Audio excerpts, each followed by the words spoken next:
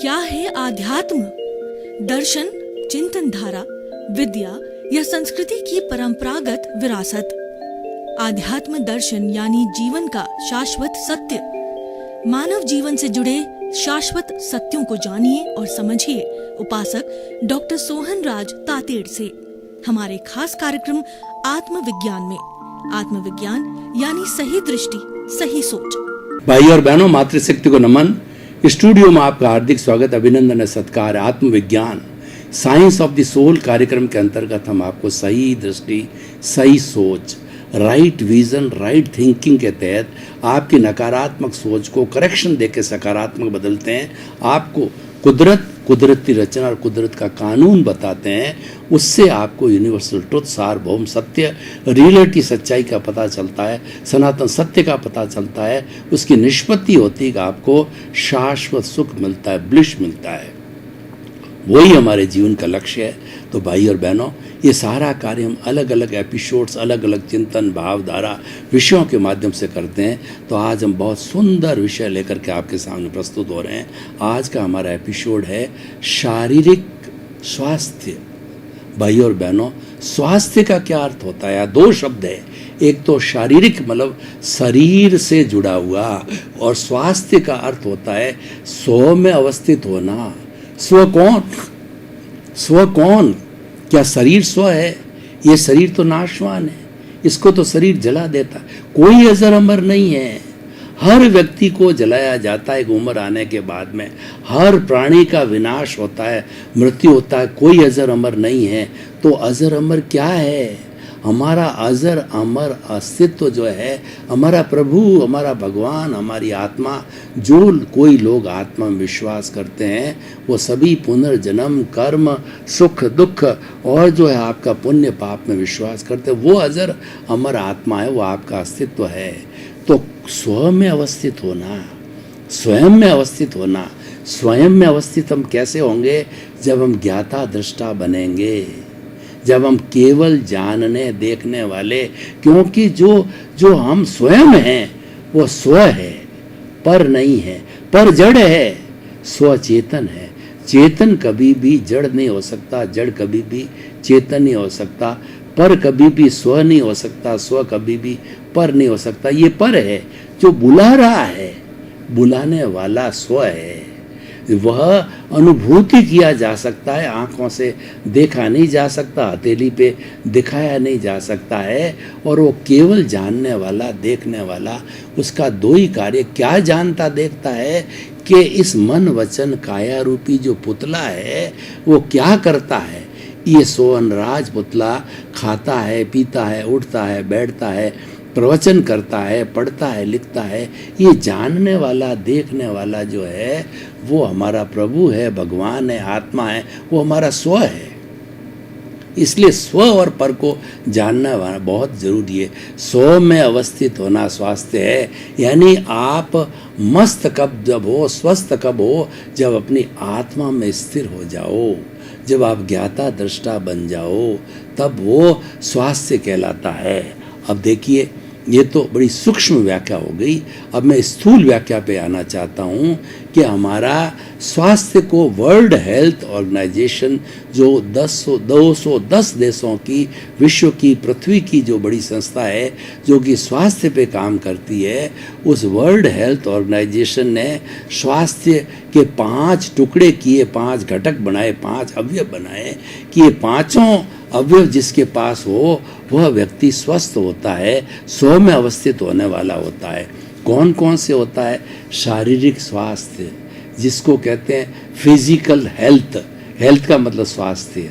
और दूसरी होती है हमारा मानसिक स्वास्थ्य, जिसको कहते हैं मेंटल हेल्थ। और तीसरा होता है हमारा भावनात्मक स्वास्थ्य, जिसको हम कहते हैं इमोशनल हेल्थ। और चौथा होता है हमारा आध्यात्मिक स्वास्थ्य, जिसको हम स्पिरिचुअल हेल्थ कहते हैं। और इन सब की अगर हम निष्पत्ति जानें तो सोशल हेल्थ मतलब हमारा सामाजिक स्वास्थ्य, कि हम समाज में कैसे रहते हैं, घर में कैसे रहते हैं, लोगों के साथ कैसा बिहेवियर करते हैं, हमारा आचार विचार व्यवहार कैसा है।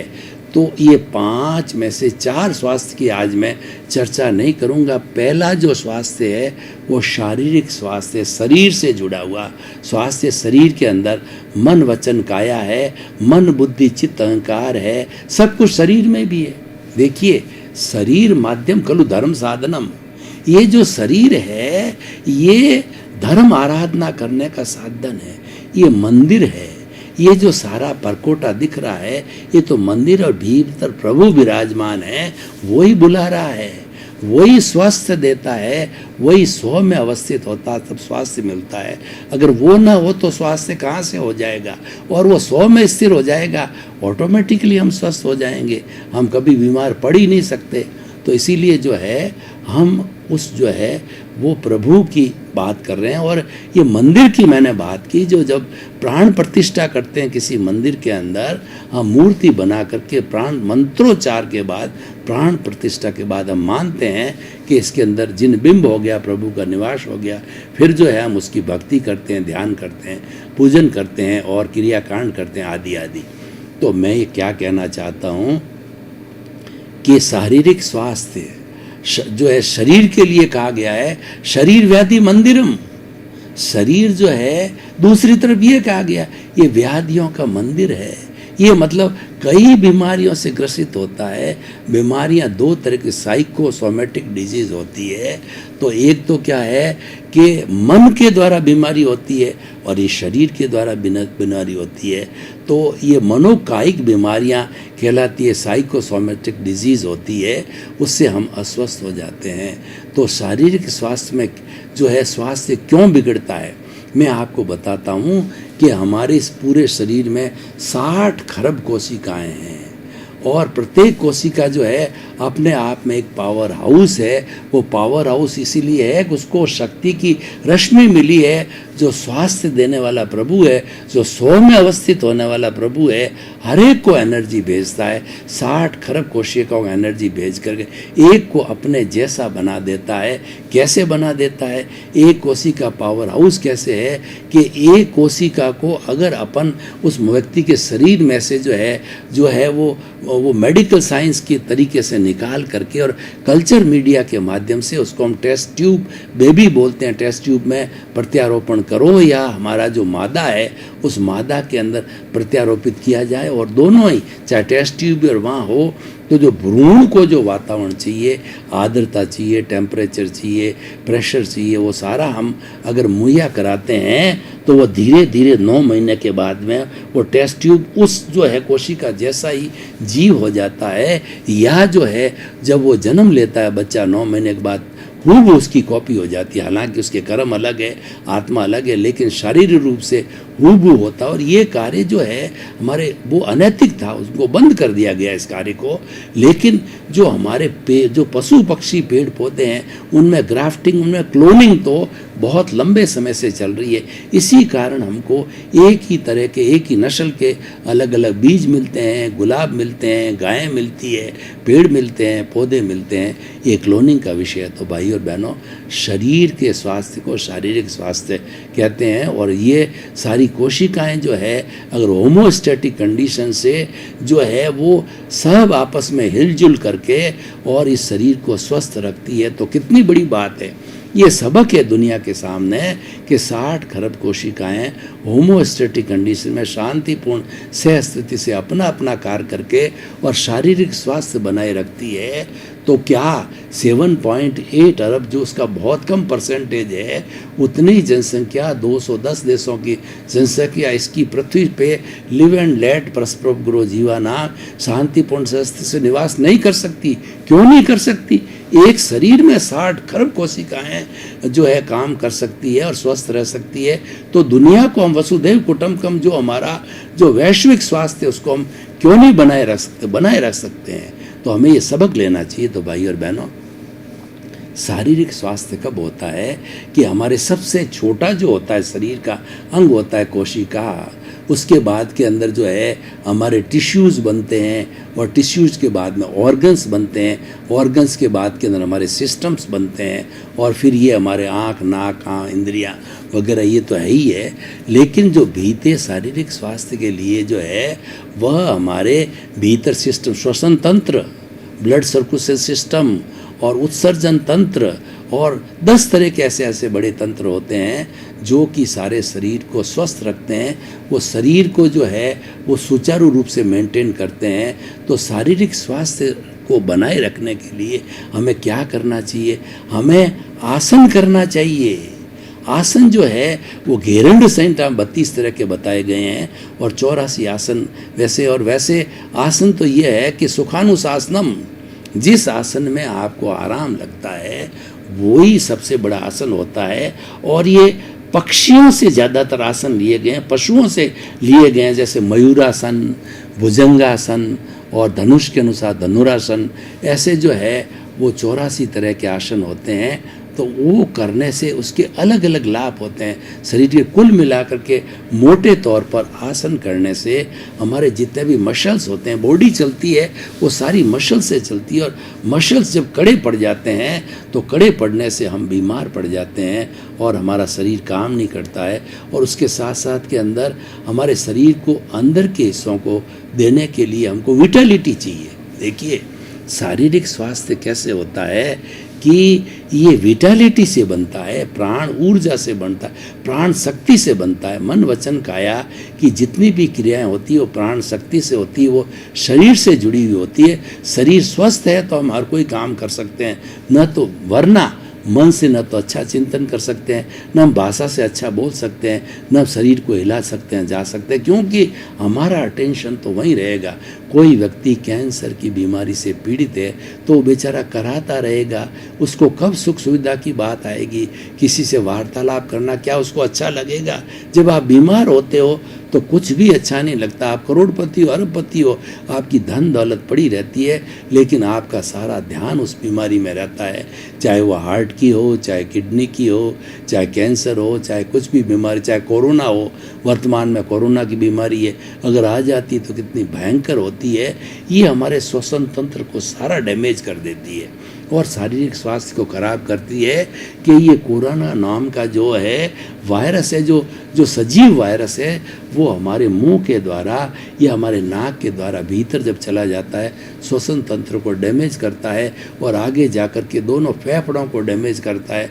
और जब फेफड़े हो गए डैमेज और जब हम श्वास नहीं ले पाते हैं तो न हमारा जो है ब्लड शुद्ध रहता है, न दूसरे सिस्टम होते हैं और हम बीमार हो जाते हैं और व्यक्ति मर भी सकता है। ऐसी बहुत सी हजारों मौतें अब तो हो चुकी है।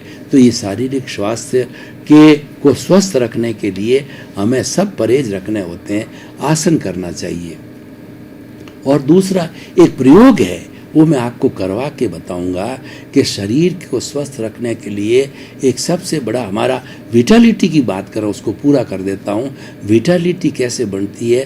प्राण शक्ति 4 चीज़ों से बनती है, भोजन, पानी, अग्नि, सूर्य की अग्नि और चौथा प्राण वायु। अब एक एक को लेते हैं। भोजन हित मित रित होना चाहिए, हितकर भोजन, न्यूट्रिशियस भोजन होना चाहिए।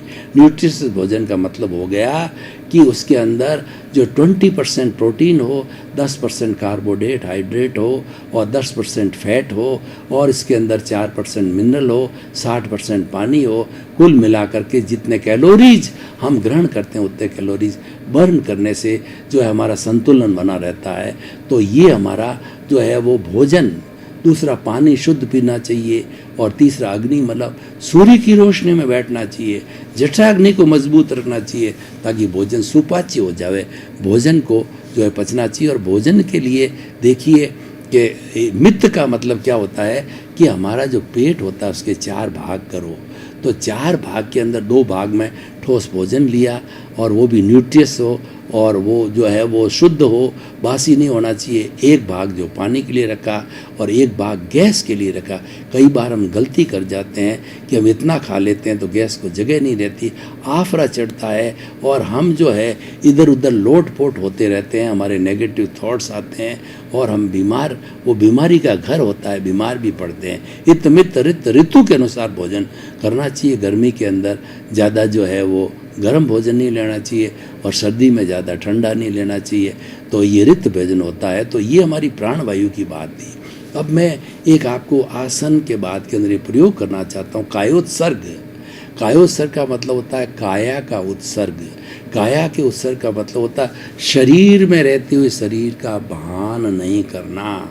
वैसे तो वो वेदांत की भाषा में बात करें तो विदेह होता है, लेकिन क्या है, कायोत्सर्ग करने वाला धीरे धीरे विदेह हो जाता है। उनके पुण्य का जो है कर्म भी होना चाहिए, उनके विदेह का पुण्य का कर्म होना चाहिए और उसके साथ साथ में उनको कायोत्सर्ग की जो है वो साधना सा भी होता है। हमारे जितने भी मुनि होते हैं, जैन मुनि और दूसरे मुनि होते हैं, वो कायोत्सर्ग करते ही रहते हैं। वो जब जो उपासना से बाहर जाते हैं तो भी कायोत्सर्ग करते हैं, भीतर आते हैं तो भी कायोत्सर्ग करते हैं। कायोत्सर्ग से क्या होता है कि क्षमा याचना होती है, शरीर का भान भूला जाता है। तो मैं थोड़ा इसका प्रयोग करके बताता हूँ कायोत्सर्ग का, क्योंकि हमारा स्वास्थ्य तभी मेंटेन होगा कि हम थ्योरी के साथ में एक्शन करें।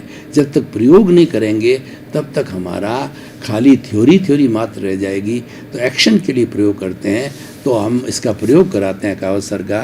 तो रीढ़ की हड्डी सीधी, आँखें कोमलता से बंद और जो है वो ध्यान मुद्रा के अंदर पलकें जो है कोमलता से बंद होनी चाहिए, दोनों हथेलियाँ ध्यान की मुद्रा में होनी चाहिए। अब हम कायोत्सर्ग कर रहे हैं, तो कायोत्सर्ग के अंदर हम सबसे पहले शरीर का शिथिलीकरण करेंगे, श्वास का शिथिलीकरण करेंगे। तो आप अपने चित्त को, मन को जो है, चित्त को है, विचार को है, पूरे शरीर में घुमाइए।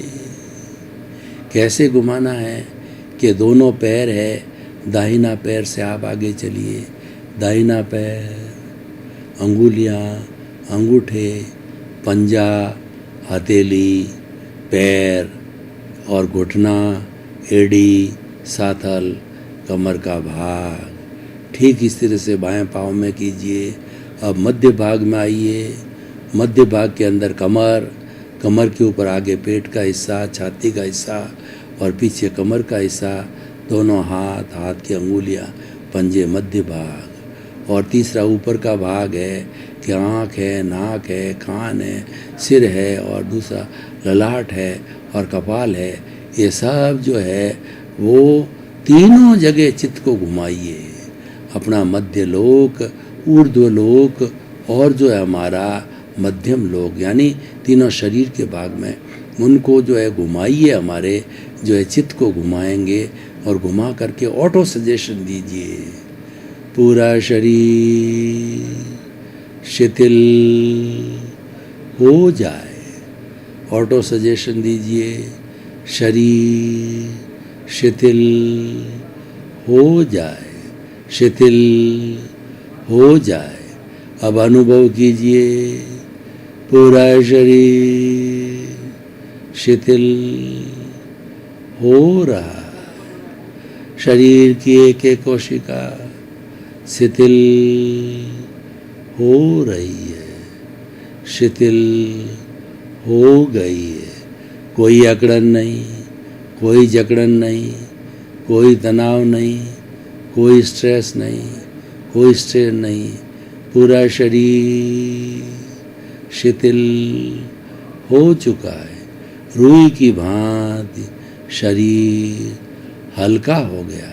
अनुभव करिए, आप अपने आसन से, स्थान से 1 फुट ऊपर उठ रहे हैं। इतने हल्के हो गए, इतने हल्के हो गए। चारों तरफ देखिए, पूरा शरीर शिथिल शिथिल शिथिल। कोई अकड़न नहीं, कोई जकड़न नहीं, कोई तनाव नहीं, कोई स्ट्रेस नहीं, कोई स्ट्रेस नहीं। और थोड़ा श्वास को शिथिल कीजिए, क्योंकि शरीर का संचालन भी जो है श्वास के साथ होता है।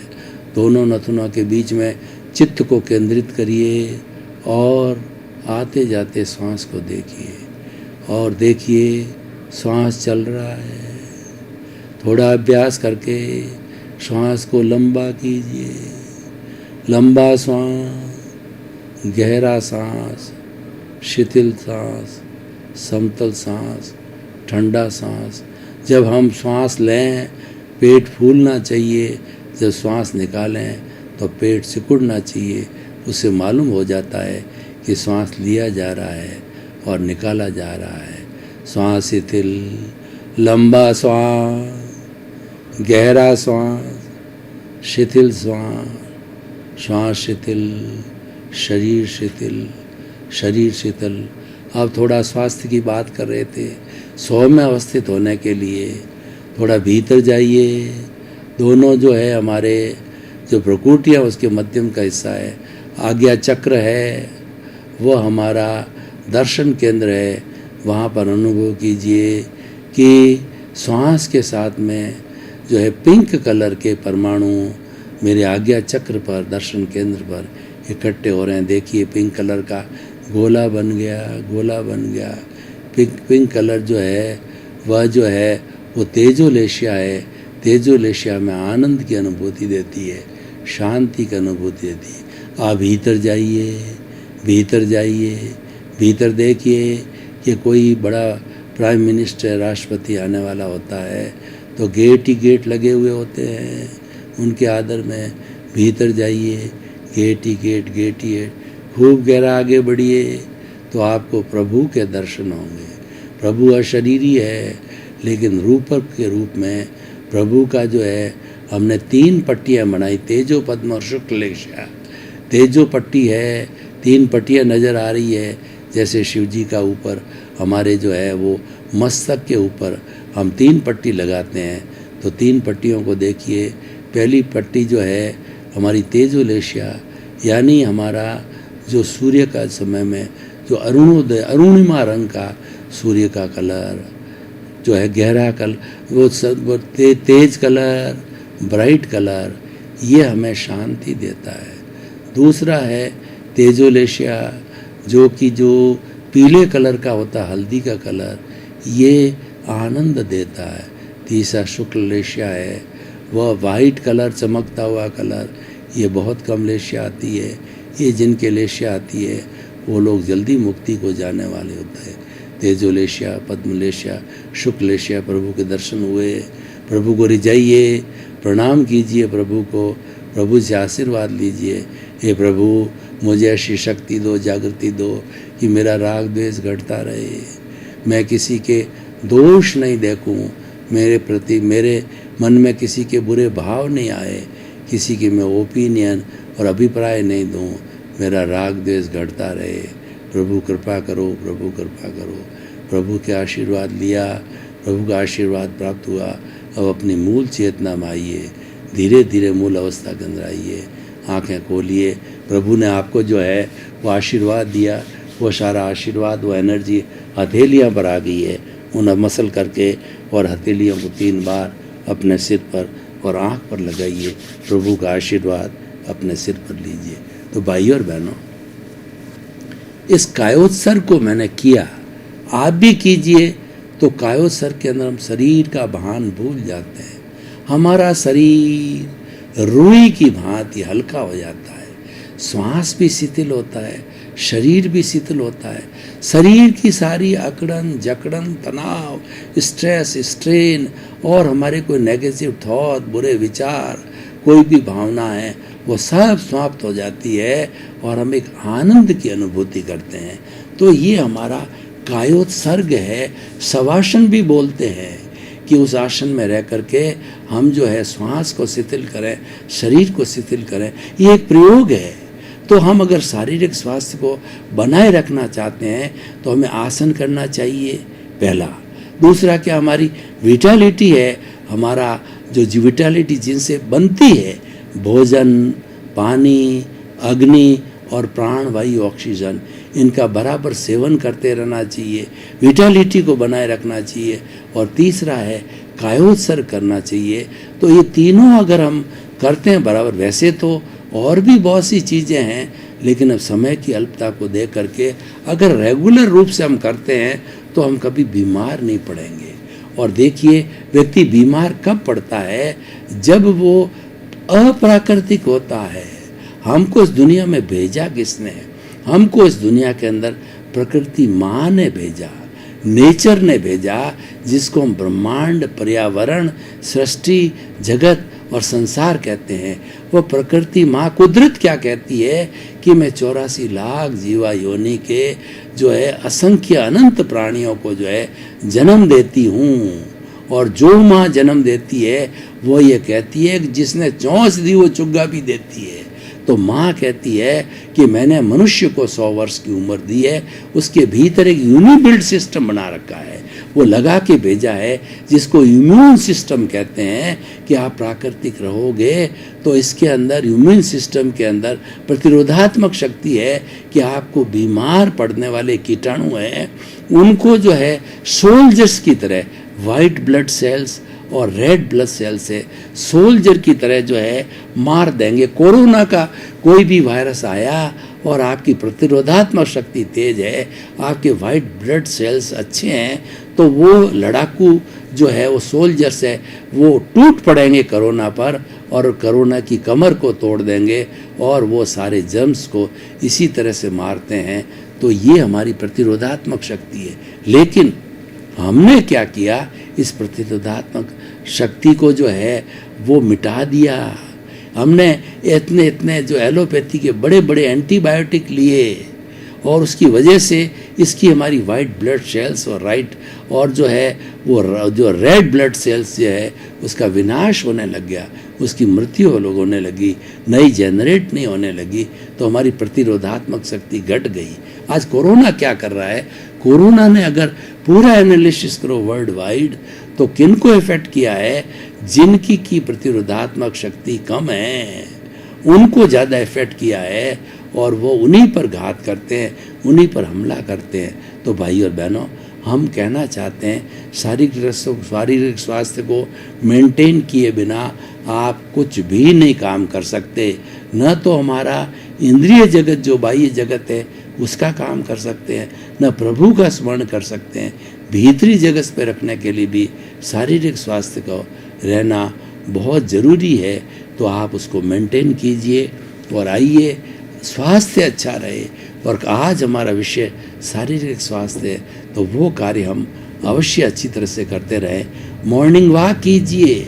मॉर्निंग वॉक अपने आप में एक टॉनिक है। जितना हम वॉक करेंगे उतने हमको शुद्ध प्राणवायु मिलेगी और शरीर का मूवमेंट होगा तो हमारी जठराग्नि बढ़ेगी और शरीर के अंदर जो उत्सर्जन है, पसीना है वगैरह है, जो हमारे कफ है, पसीना है, जो कि बीमारी पैदा करने वाले हैं, उत्सर्जन वाले हैं, वो जो है शारीरिक परिश्रम करने से बाहर निकलते हैं। और वो बाहर निकलते हैं तो आयुर्वेद की भाषा में कहते हैं वात, पित्त और कफ है, तीनों जो है सम रहते हैं।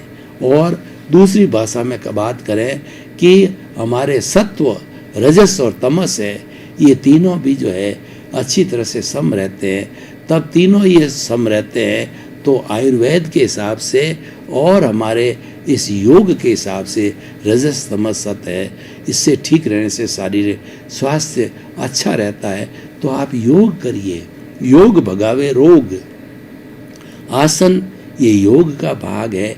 यम, नियम, आसन, प्राणायाम, प्रत्याहार, धारणा, ध्यान, समाधि, इसमें तो 5 तरह के हमारे स्वास्थ्य की कल्पना की गई है। भाई और बहनों, आपका बहुत बहुत धन्यवाद। आप हमारा आत्मविज्ञान कार्यक्रम बराबर देख रहे हो। आप आत्मविज्ञान कार्यक्रम की आत्मा हो, देखते रहिए, क्योंकि इससे आपका विकास होने वाला है, इससे आपका उद्धार होने वाला है। ये आपका ये जो वर्तमान का जो इंद्रिय जगत जो आप आँख खोल के देखते हैं वो भी अच्छा होगा और आँख बंद करके जो आपका पारलौकिक जगत है वो देखोगे वो भी अच्छा रहेगा, क्योंकि ये संतुलन बिताता है। ये दृष्टि का विज्ञान है। इसी क्रम में आपका जीवन आनंदमय हो, मंगलमय हो। आपके प्रति बहुत बहुत शुभकामनाएं। क्या है आध्यात्म? दर्शन, चिंतन धारा, विद्या या संस्कृति की परंपरागत विरासत। आध्यात्म दर्शन यानी जीवन का शाश्वत सत्य, मानव जीवन से जुड़े शाश्वत सत्यों को जानिए और समझिए उपासक डॉक्टर सोहन राज तातेड़ से हमारे खास कार्यक्रम आत्मविज्ञान में। आत्मविज्ञान यानी सही दृष्टि, सही सोच।